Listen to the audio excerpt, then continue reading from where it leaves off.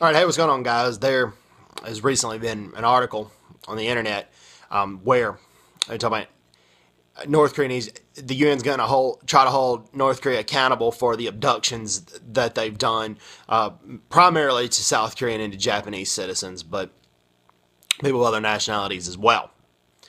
Okay, when the vote, if the UN votes on it, okay, the stating facts, the biggest challenge is going to be the continent of Africa. Okay, and let me explain this.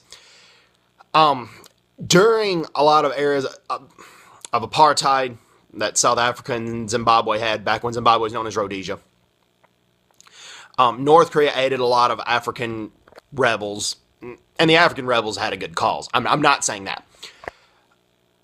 I didn't agree with apartheid, or a lot of that imperialism. Didn't agree with it. But North Korea did not do that for the sake of African people, not for the sake of the black Africans. That's one reason the nation of Botswana has basically shut ties with them, as Botswana should have. All right, let me go on and say this. Okay, North Korea planned on assassinating South Korean president in 1980s. They had a president named Chun Doo-hwan. I did not like Chun Doo-hwan. I'm not saying that.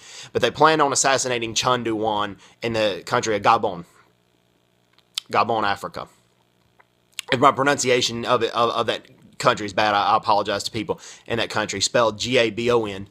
But North Korea at the last minute canceled the assassination plans because they didn't want to lose Africa's support at the UN General Assembly. This was back in 1982. Public information, you can find it in the book The Impossible State, as well as The Two Koreas. That's public information. Okay. Also, there was this book called A Kim Jong-il Production. It talked about how when he kidnapped a famous South Korean movie star and a famous South Korean movie director. Okay. And they talked about how, and goes on in North Korea's propaganda TV, where they depict Africans as savages.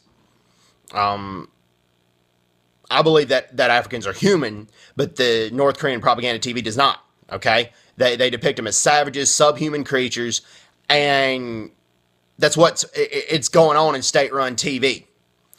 And you want to talk, they condemn racism in Africa, as they should have, talking about North Korea, they should have condemned racism in Africa. But at the same time, there's racism that goes on in North Korea. When a lot of North Korean defectors go into China, but if they get caught, they get sent back to North Korea. If they go into China, some of them are impregnated by Chinese males.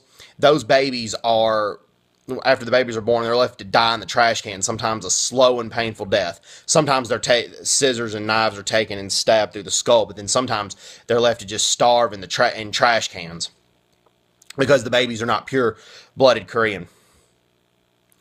That is very common. And that's racism at its worst. So, the African nations need to know that 20 nations, the last vote on human rights, 20 African nations condemned North Korea for that, and I commend them for that. That needs to stay the same. More nations need to condemn North Korea on these abductions issues. Anyway. That's just I had to be very clear about everything to avoid any confusion on this video. So, like I said, the North Korean state-run propaganda TV does not depict Africans in a very positive light. That's number one. And then also number two, there was a plan to assassinate a South Korean president in an African nation. But the only reason they revoked it is because they didn't want to lose Africa's support at the UN General Assembly. So, anyway, hope everybody's doing well. Take care. God bless, and bye-bye. Bye-bye.